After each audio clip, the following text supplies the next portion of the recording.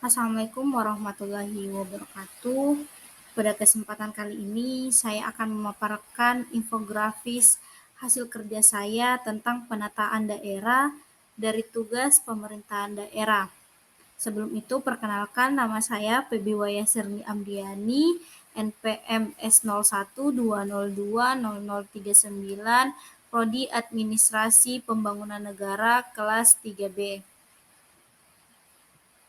Nah, dalam penataan daerah, kita perlu mengetahui landasan hukum yang mendasari penataan daerah, baik itu secara konstitusional maupun dalam tataran undang-undang. Nah, mengenai penataan daerah yang konstitusional dilandasi dasar hukum pada pasal 18, pasal 18A, dan pasal 18B Undang-Undang Dasar Negara Republik Indonesia tahun 1945. Di dalam pasal tersebut dinyatakan bahwa Negara Kesatuan Republik Indonesia dibagi menjadi daerah provinsi, di mana daerah provinsi ini dibagi menjadi daerah kabupaten kota, yang di mana daerah-daerah tersebut memiliki pemerintahan daerah yang ditetapkan undang-undang. Artinya dalam pembentukan atau legitimasinya, penyelenggaraan pemerintah tersebut itu pembentukannya melalui undang-undang. Contohnya seperti Undang-Undang Pembentukan Daerah Kabupaten Bogor atau Undang-Undang Pembentukan Daerah Provinsi Jawa, di mana sebagai implementasinya pengaturan di dalam pasal 18 ayat 1. Nah, selanjutnya itu dalam tataran undang-undang kita bisa melihat mengenai penataan daerah yang terdapat di dalam pasal 31 sampai dengan pasal 55 Undang-Undang Nomor 23 Tahun 2014 tentang pemerintahan daerah. Nah, di dalam pasal tersebut merupakan strategi penataan daerah untuk melaksanakan penataan daerah, khususnya pemekaran daerah baru, disusun oleh pemerintah pusat dan disampaikan kepada DPR dan DPD. Kemudian memuat perkiraan jumlah pemekaran daerah pada periode tertentu dan ditetapkan peraturan pemerintah. Nah, selanjutnya itu ada konsep umum. Nah, dalam konsep umum ini juga terbagi menjadi dua.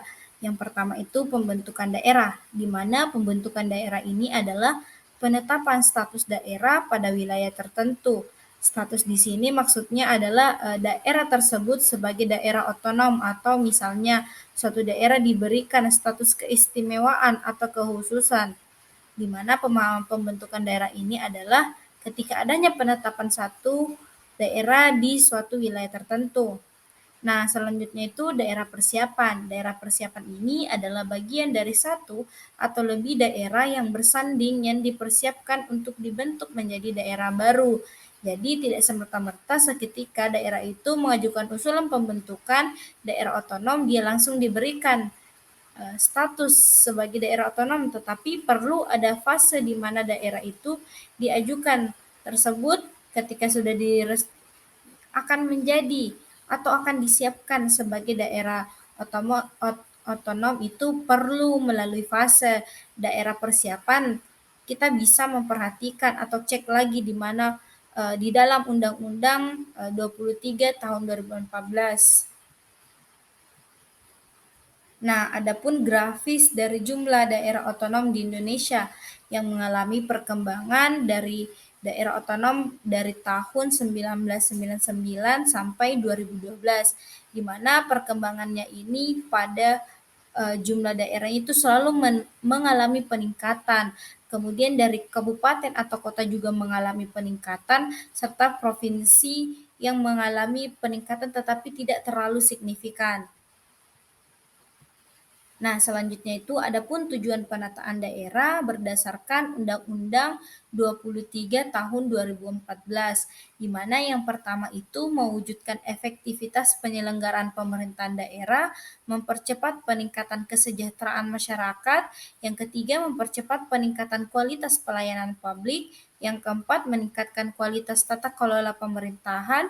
Yang kelima, meningkatkan daya saing nasional dan daya saing daerah, dan memelihara keunikan adat istiadat, tradisi, dan budaya daerah. Di mana tujuan ini tentu saja ingin memberikan dampak yang baik pada daerah-daerah tersebut.